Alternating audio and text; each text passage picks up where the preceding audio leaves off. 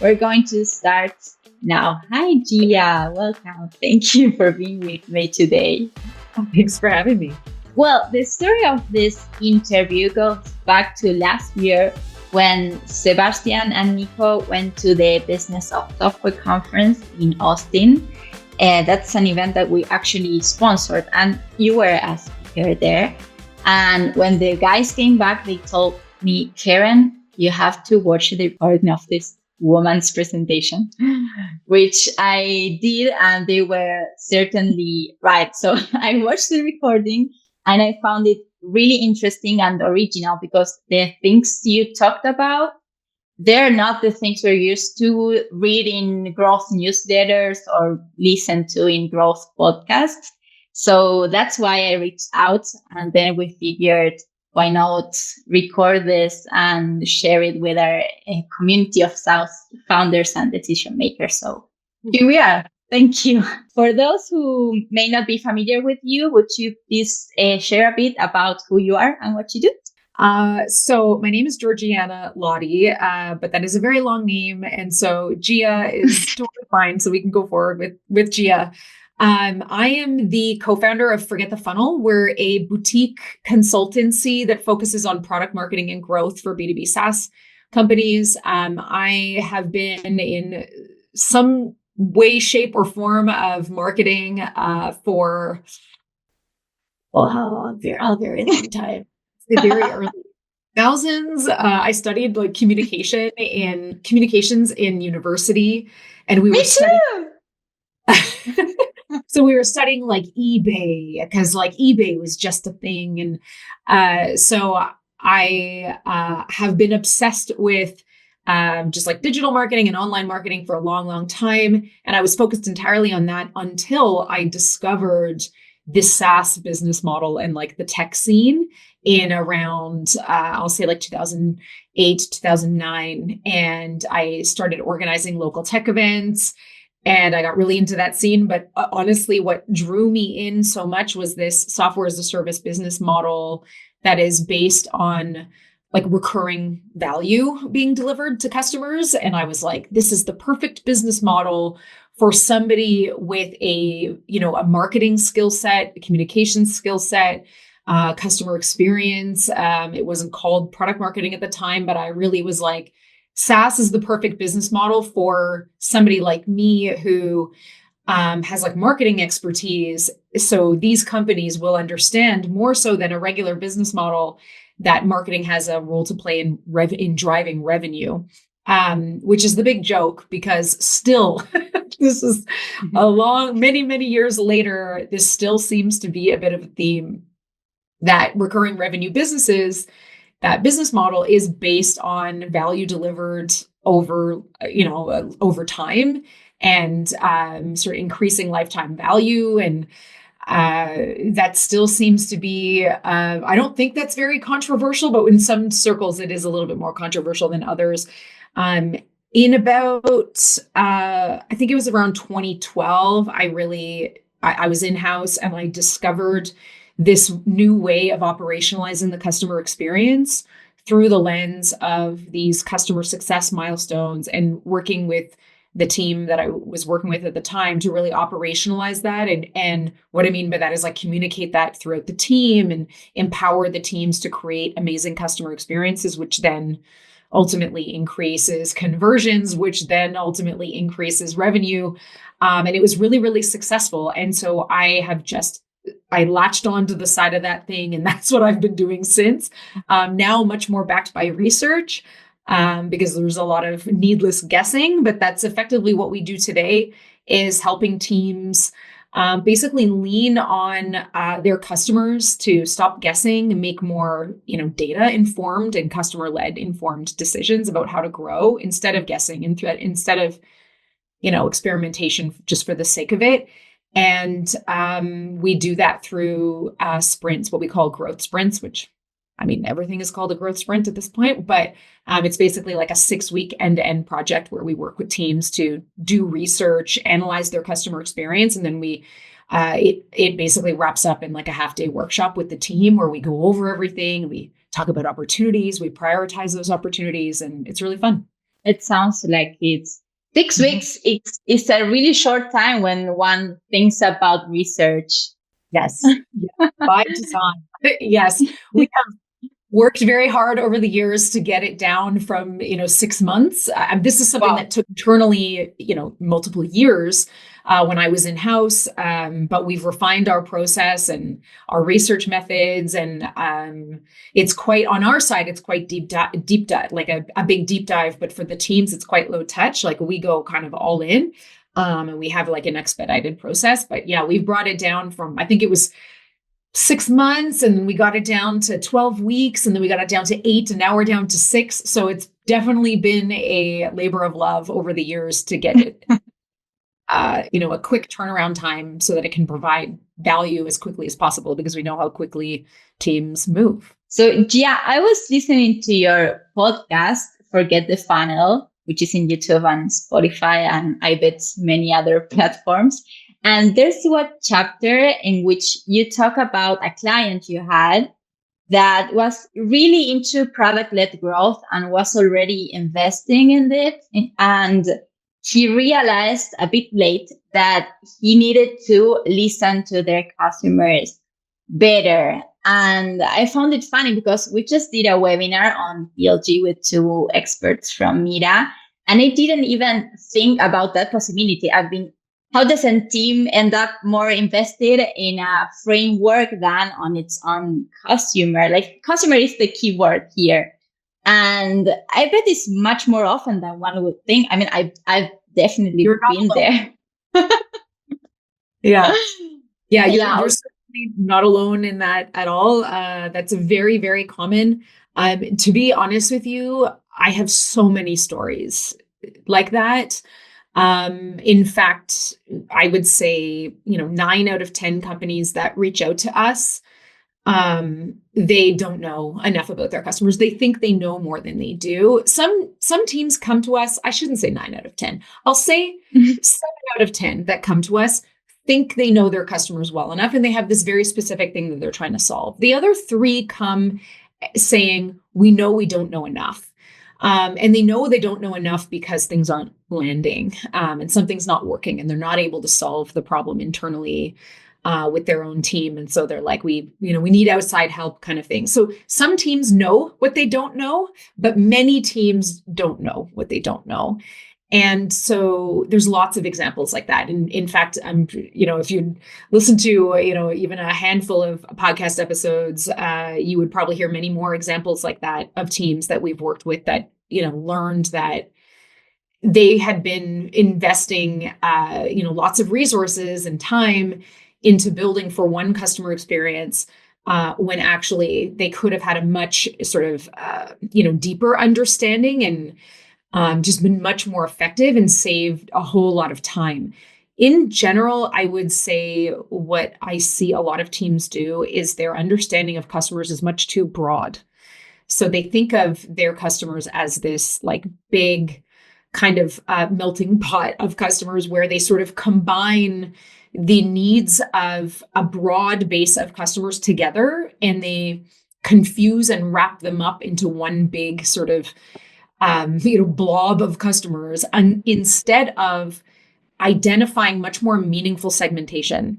And when we work with teams, generally what we're doing is we're identifying their ideal customers, who they would consider to be ideal customers. Generally, what that means is like happily paying, but also using the product in a way that indicates that they're getting continued value, i.e., not at risk of churn, a high lifetime value customer. So we're looking for that subset of customers. And then from there, we're narrowing down on recent customers. So we're looking to learn from customers who remember what life was like before. So if we can tap into that group of customers, generally what we find is there's about, 3, 4, or even sometimes 5 different reasons why customers are coming to this product to solve a problem. And sometimes there's overlap, but in general, like between the different like jobs to be done that people are trying to accomplish. But in general, what we actually find is that the thing that leads somebody like a potential customer to need a solution like theirs is very different across these 3 or 4 or 5 situations. And it can really, really help to teams to really understand which of these customers do we want to serve in the long term? Which of these do we want to lean into? Sometimes we're helping teams decide who to eliminate and not focus on anymore. Sometimes we're working with teams to figure out, can they actually, successfully address the needs of maybe, 2. Generally with earlier stage companies, we're trying to deter them from doing that and stay focused on one and just doing a really, really good job with one.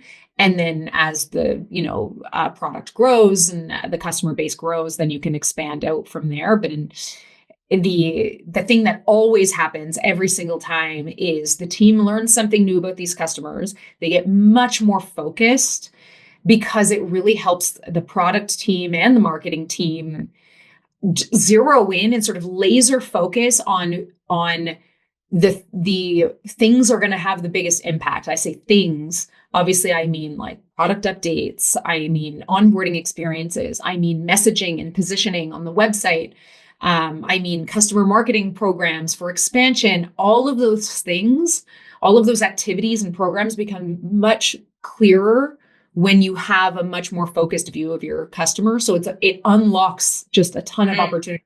So in some ways you're narrowing focus, but in other ways you're blowing open all this amazing opportunity.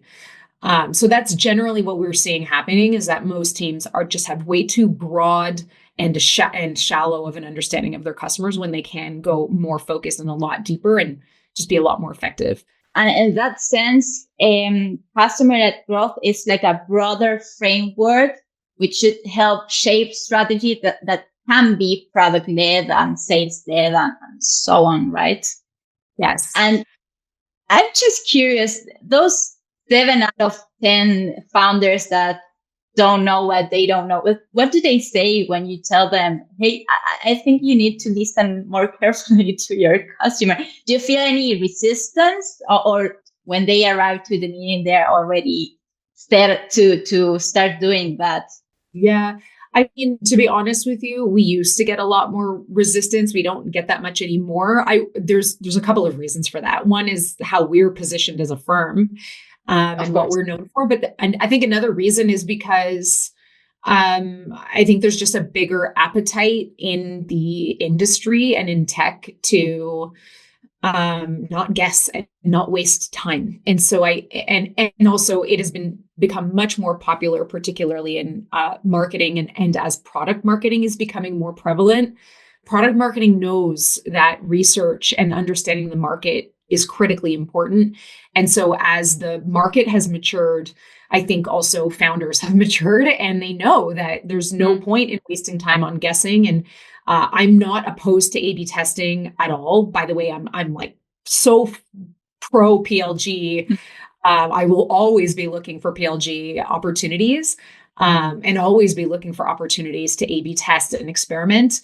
But I believe that you can get a sort of a running start and take a shortcut to much more effective PLG opportunities, experimentation opportunities, if you're basing those on a solid foundation of the market and of your customers. So the other, just to go back to your comment about the models, one of the inputs for us is always, what kind of company does this team want to build?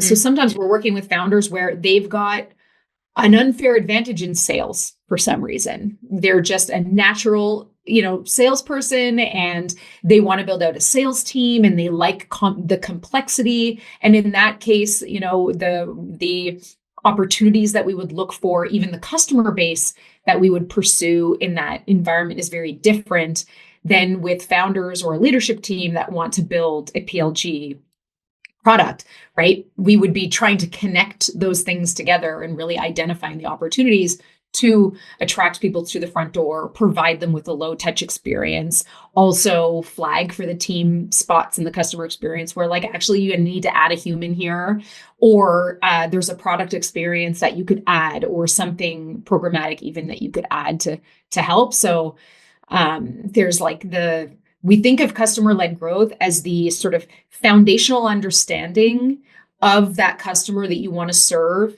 combined with what we learn from customers, the type of company and team that this team is excited about building out, and then also what the team can do, and the ability and skill sets on the team itself. So we try to like triangulate all of those things together when we go through this process, because all are really important inputs. Yeah, what would you say are the key signs that a team is missing inside, customer insight? Yeah. Because I'm thinking about the audience listening to this, and I'm sure they're trying to auto-diagnose themselves and their companies. Yeah. So there's three situations that we see really, really commonly. One is we want to leverage PLG in a much more meaningful way, but we don't know enough about our current customers. We don't know enough about our customers to build a strategy that we're going to feel confident in. Like we don't have enough direction or clarity on what to build. Sometimes that's there's maybe a sales model, and the team is like, no, we know there's a PLG opportunity here. Help us find what that is. So with some teams, it's that they literally, like, they know they don't know enough about their customers. In other situations, it's much more, and this is more common, something's broken. So their messaging isn't landing. The leadership team and the founders they know that they're not articulating their value in the market well enough. They're not differentiated enough, or the market has changed in a way that they're in a more commoditized environment, and their messaging is not hitting as well as it used to. And there's concerns about the positioning and messaging being off. Oftentimes it's something like, our onboarding, we're getting lots of people through the front door, but they're not converting into customers. So that's another very specific thing. And they're like, we're trying everything. We don't know what to do. We haven't found the solution yet. So, or there's like retention issues, or they identify expansion opportunities, but they don't know how to lean into those. So in the first situation, it's like, we know we don't know enough about our customers to build this PLG motion. In the second one, it's like something's broken and we don't know how to fix it.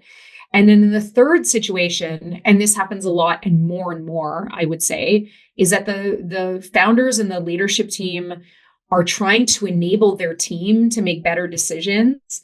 And there's just too much noise and chaos and sort of things happening inside the team.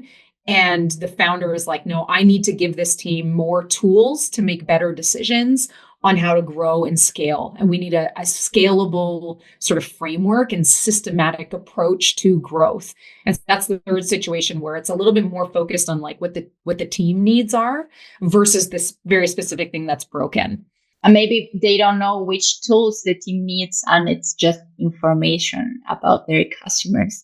Yeah, I would say that the situation is very different, particularly right now for SaaS teams that are working on products that are in the AI space. In that environment, it is chaotic. They are very much in the move fast and break things. And that move fast and break things environment is very noisy. And oftentimes the founders know that, no, we need to get back to first principles because my team needs to make better decisions. And I can't be managing everything, and my team is scaling and my customer base is scaling, and they want to take a more systematic approach versus situations that we're seeing a lot right now too, which is with more mature SaaS companies, where the market has shifted, the team is changing over, what was working before isn't working anymore, and they just want to set up a healthier sort of environment for the team to make good decisions about how to grow and sort of empower their team. So there's this new sort of thing emerging that we're seeing. There's like the more traditional SaaS companies that are, I don't want to say traditional as in stagnant. That's not what I mean. Of course, yeah. But and then there's the AI sort of esque group of startups that are very much looking to move as quickly as possible, and they know that they need a solid foundation, particularly if they are an AI company that launched in the last year or two. They have a big customer base, but there's some things that are broken and they're looking to get to the next level of growth. We're seeing that a lot right now. But they still need to have product market fit to work with you, right? So in some way, yes. So with us, we rely on first party data. And what I mean by that is we go to customers who have made a trade-off in order to use this product. And so they understand the circumstances that led to them having that need. They understand what that buying process was like. They understand what messaging resonated or what that experience was that resonated with them. They understand and can tell you about the trade-offs they were willing to make, other team members that were involved, some of the gaps that they may have experienced in that product experience. So learning from those customers, that first party data is like, there's nothing better than that. And if you have any amount of paying customers, happily paying customers, you can tap into that. I don't know if you call that product market fit necessarily. I mean, there's somewhat there, as opposed to if you're pre-launch, you don't have any paying customers yet, and you just have a few early users, or you're legitimately pre-launch and pre-revenue, then you won't have as much first party. Of course, there's still targeted audience interviews that you could do and market research that you could do. And you would try to get as close to who your target audience is as possible. But it's a different set of research methodologies that you would leverage in that pre-launch situation than post. Sure, I understand. Yeah, there's a question I wanted to ask you.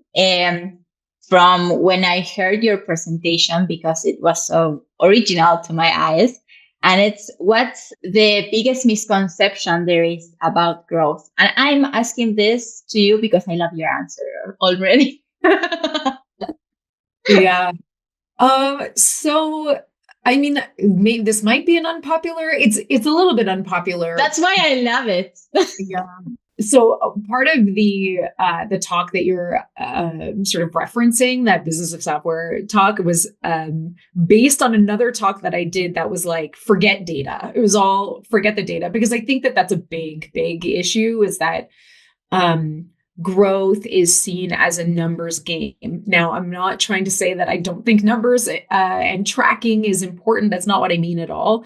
But I do find that a lot of founders and product teams, and this happens with marketing teams as well, they get lost in the trees and they can no longer see the forest.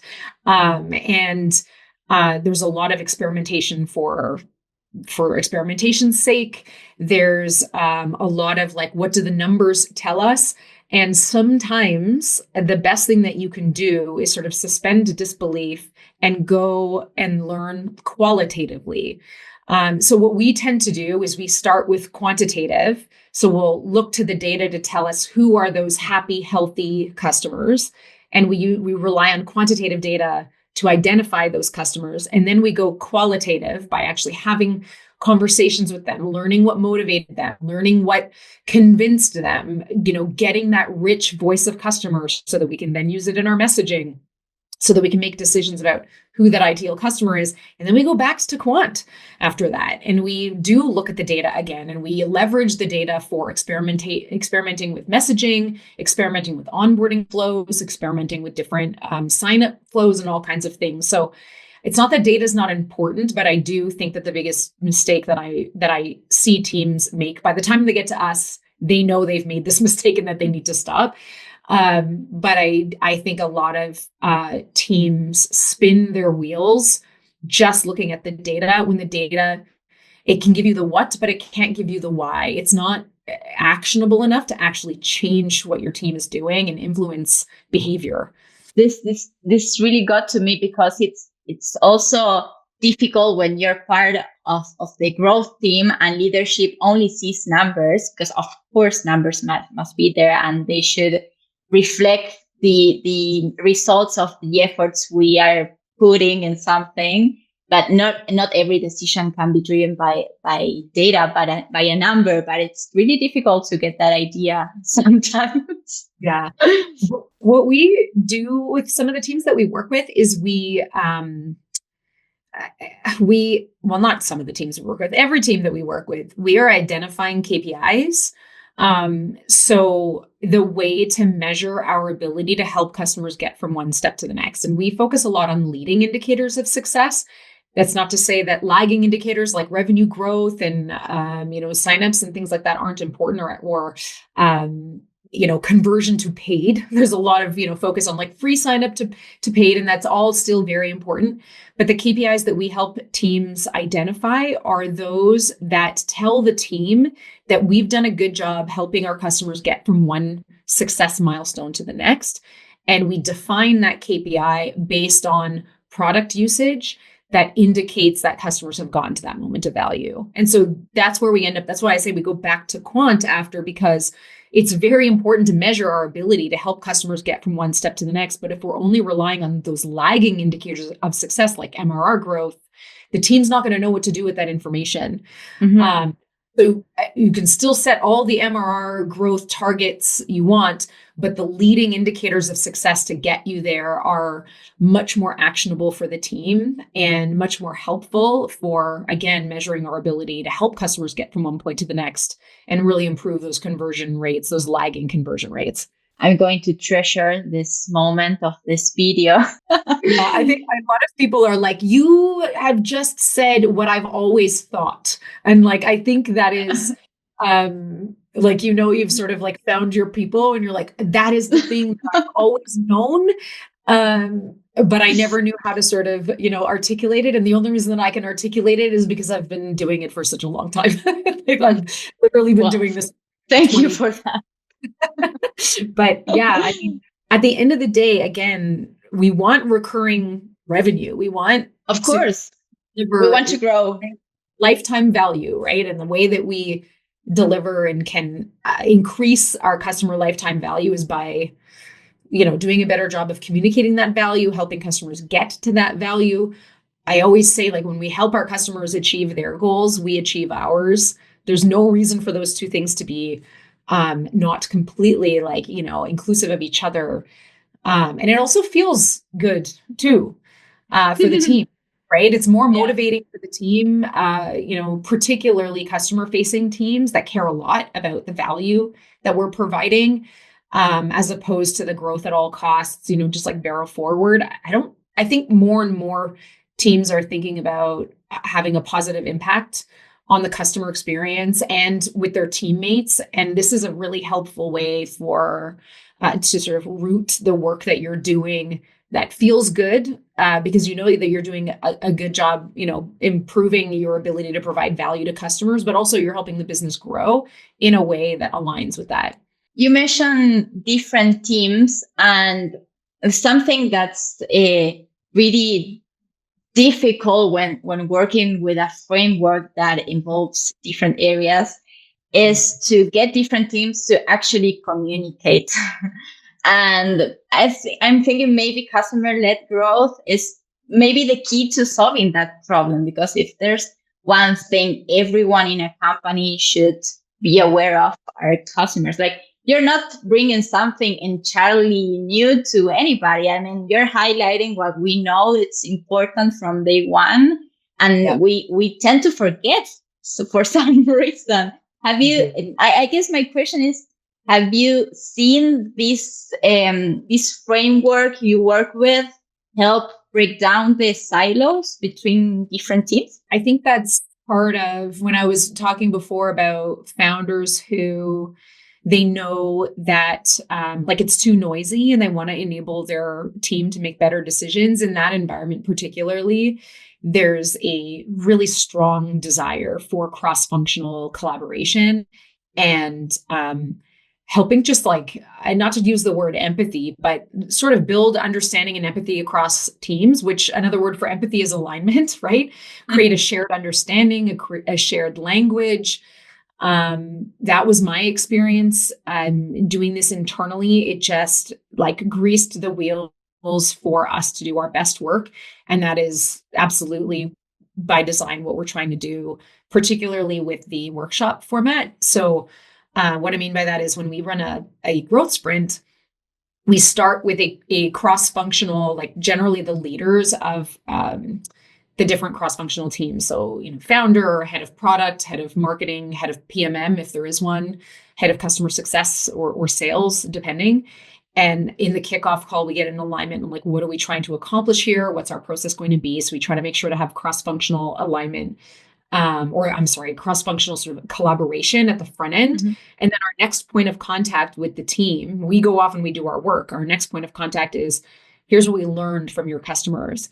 And we do an alignment piece where we say like, here are the different customers that showed up. Is there anything here surprising to you? Let's get an alignment in this group, this cross-functional group, on who we want to prioritize, one or more. Generally, again, we tend to try to lean towards one, but that's not always the case. So there's that critical sort of input from those cross-functional leaders. And then the workshop, which is 2 weeks after that, other team members will also join at that point, but because their manager or their leader has been participating in this and has, been along for the ride, basically, there's a lot more buy-in. And also we're sharing, again, objectives. What were we trying to accomplish? What we learned? What is the actual data telling us? And then here's your customer experience and how it compares to that. Because one of the things that we do after we get into alignment on the customer that we're going to focus on is we do the secret shopper thing. We do a bit of a heuristic of the customer experience. We pretend we're that customer. We put on their hat or their shoes or glasses or whatever, and go through that customer end-to-end customer experience. We read the emails, we look at the modals, we review the website, the marketing, the onboarding experience, all of that. And we see all of the ways that the current customer experience is out of alignment with that ideal customer. So when we're doing that half-day workshop together, everybody is in the room to see everybody else.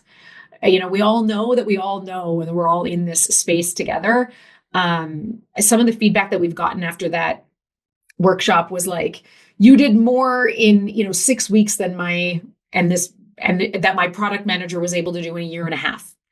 But the product manager was the happiest one in the room. Like, I'm sure it's very fulfilling for us. I love it. That's why I'm still involved in all of the projects. I just really genuinely enjoy the process. But also having that cross-functional collaboration is what makes this possible. If we tried to do it just inside of marketing or just inside of product, it wouldn't work. So it has to be, which for us means, we're working generally with smaller teams. When we get into bigger teams, stuff starts to get a lot more complicated. Not that it can't be done, but there's just a slightly different way of going about it when the team is much bigger. So there's a nice little sweet spot there. We particularly love the teams that can take action really quickly. We were just on a workshop last week where the lifecycle marketer was in the workshop, and she started updating emails like behind the scenes as live. Yeah, and she was like, "Oh, I'm already on it." We were like, "Wow, you are fast." Nothing makes us happier than that. Sounds beautiful and really fun. Gia, Eureka Labs works with fast-growing SaaS companies who I'm sure will listen to this. And I can imagine 1, 2, or 3 or more, 7 out of 10 actually, listening to this and saying, "My God, I have to do this. I haven't heard my customer enough." So to those folks that will be in panic mode right now, what would you tell them to do tomorrow morning to start fixing that problem? I would definitely be collaborating with those team leads that I mentioned before. So if you're a founder, get your head of marketing and your head of product on a call, if those are the right people, because obviously every team looks different, and align on this as a priority, or at least communicate that it's a priority. One thing that, will always fail is if somebody tries to do this alone, like I mentioned before. So definitely getting into alignment with your team leads that this is a priority. And then carving out who in your customer base represents your best customers, represents where you want to take the company and the product, and as a focus. And if you can identify that group of customers, then the only next step after that is deciding how are we going to learn from them? What are the different research methods that we can use? Do we want to bring in an outside researcher or work with an outside firm? Or do we have the skill set in the team to run interviews? That would be the thing I would say. And that's doable, within a day. So take note. Yeah. Gia, I don't want to take much more of your time. So you have a lot of valuable content online on your website, Forget the Funnel, your podcast. You actually wrote and published a book on all of this. So the thing is out there. So I want to thank you a lot for being with me and for your time. And I'm leaving this call really inspired. So thank you for that too. Thank you so much. This was really fun. Appreciate it.